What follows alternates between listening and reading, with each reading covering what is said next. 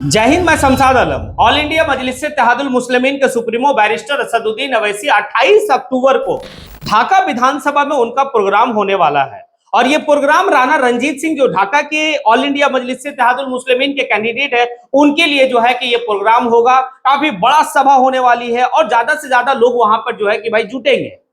आखिर बैरिस्टर असदुद्दीन अवैसी साहब के आने के बाद ये ढाका में दूसरी बार वो आ रहे हैं, लेकिन इससे पहले जब वो आए थे उस समय ढाका को एक अलग जो है कि पहचान मिला पूरे हिंदुस्तान लेवल में। एक बात समझिएगा कि भाई ढाका विधानसभा की चर्चा जब होने लगी तब लोग समझे कि ढाका जो है कि भाई बिहार का भी एक हिस्सा है या बिहार में भी एक विधानसभा क्षेत्र है।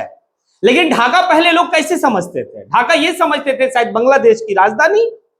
और राणा रंजीत सिंह इस बात को कहते भी हैं कि कई बार इस तरह का मामला सामने भी आया जब ढाका विधानसभा के लोग जो है मुंबई दिल्ली में जब कमाने के लिए गए और वहां पर जब उनकी जो है कि भाई पूछा गया कि आप कहां से हो, तो वो जब ढाका से कहते थे तो भाई पुलिसिया मामला तक भी जो है कि जाकर पहुंचा है।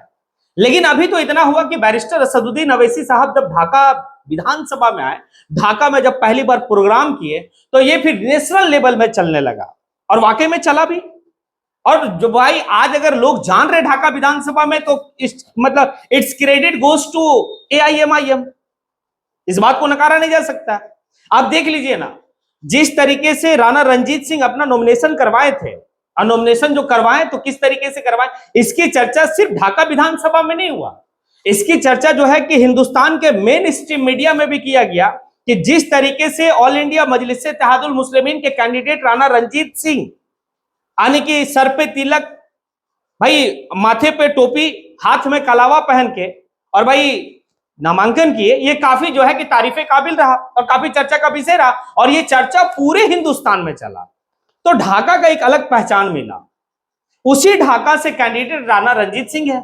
राणा रंजीत सिंह का जो है भाई अपील भी लोगों से है कि आप जो है कि ढाका विधानसभा का चर्चा आज जो है कि पूरे हिंदुस्तान में है और पूरे हिंदुस्तान में अगर हो रहा है तो इसमें बैरिस्टर असदुद्दीन अवैसी साहब की बहुत बड़ी हाथ है। ये दूसरी बार बैरिस्टर असदुद्दीन अवैसी साहब जो है कि भाई ढाका विधानसभा आ रहे हैं और उस दिन आ रहे हैं जिस दिन के पूरे मतलब बिहार का सबसे बड़ा त्योहार कह लीजिए छठ पूजा। छठ पूजा का आखिरी दिन जो है भाई सुबह का आने के उगते हुए सूरज का अर्घ देना और दोपहर का टाइम में जो है कि बैरिस्टर असदुद्दीन अवैसी साहब का प्रोग्राम, यानी कि हर घर में जो है कि रोशनी, हर घर में जो है कि उगते हुए सूरज का नमस्कार, ये सारा चीज जो है कि उस दिन वहां होने वाली है।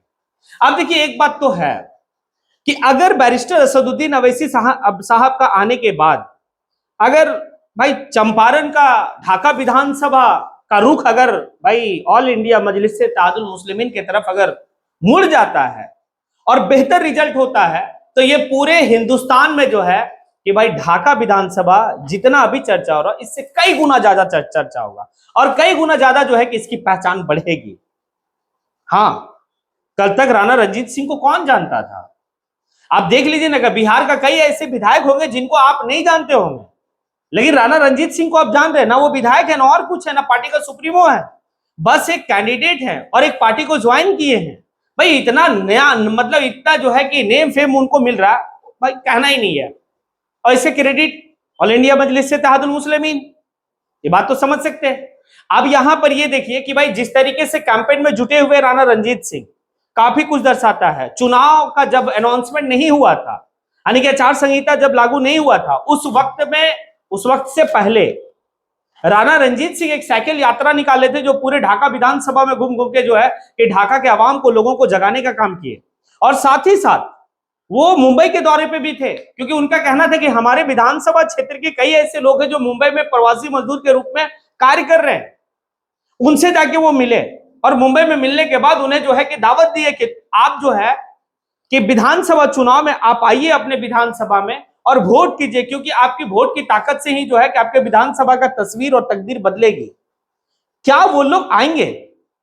एक बहुत बड़ा सवाल है, क्योंकि जितने भी रूरल इलाका है, चाहे वो भाई ग्रामीण क्षेत्र में होता है, वो लोग का लोग कमाने जब बाहर जाते हैं तो भाई चुनाव को वो लोग अहमियत नहीं देते। चुनाव का टाइम में उनका वोट जाया चला जाता है, वो भाई दिल्ली मुंबई में काम करते रह जाते हैं।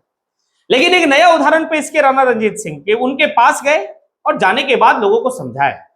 अब ये कितना कारगर होता है ये तो वक्त बताएगा। और बैरिस्टर असदुद्दीन अवैसी साहब का 28 अक्टूबर का जो प्रोग्राम होने वाला है वो कितना जो है कि भाई लोगों को अपने ओर खींच सकता है, राणा रणजीत सिंह के लिए कितना जो है कि बेहतर हो सकता है, ये तो जो है कि भाई चुनाव के बाद देखा जाएगा। और जब वोटिंग हो जाएगा उसके बाद जब 14 नवंबर को रिजल्ट आएगा तब देखा जाएगा। लेकिन एक उम्मीद जताया जा रहा है कि भाई ढाका विधानसभा निकलना चाहिए।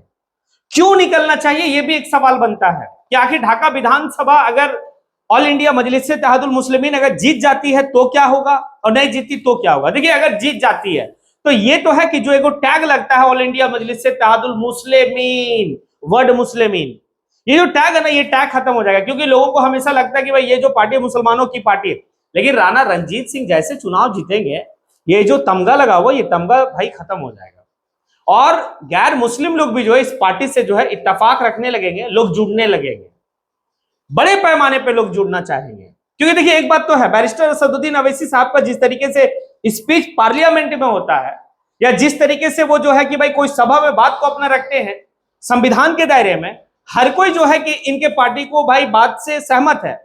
लेकिन होता क्या है ना कि पार्टी ज्वाइन नहीं करते बस नाम की वजह से, और उनको लगता है कि भाई ये मुसलमानों की पार्टी है। लेकिन जैसे ही राणा रणजीत सिंह ढाका विधानसभा से विजय का फतह लहराते हैं तो ये बात तय है कि कई ऐसे लोग जो है कि पार्टी में जुड़ना चाहेंगे, चाहे वो उत्तर प्रदेश का आने वाला असेंबली का चुनाव हो, चाहे बंगाल का चुनाव हो असेंबली का, क्योंकि आने वाले वक्त में बंगाल में भी जो है 2026 में चुनाव है, ये बड़ा कारगर होगा। इसलिए जितना बहुत ज्यादा जो है कि इंपॉर्टेंट बनता है। इसीलिए बैरिस्टर असदुद्दीन अवैसी साहब का सभा होना, हमें लगता है कि ढाका विधानसभा में बैरिस्टर असदुद्दीन अवैसी भाई डोर टू डोर कैंपेन ना कर ले। अगर डोर टू डोर कैंपेन करते हैं तो काफी बेहतर होगा।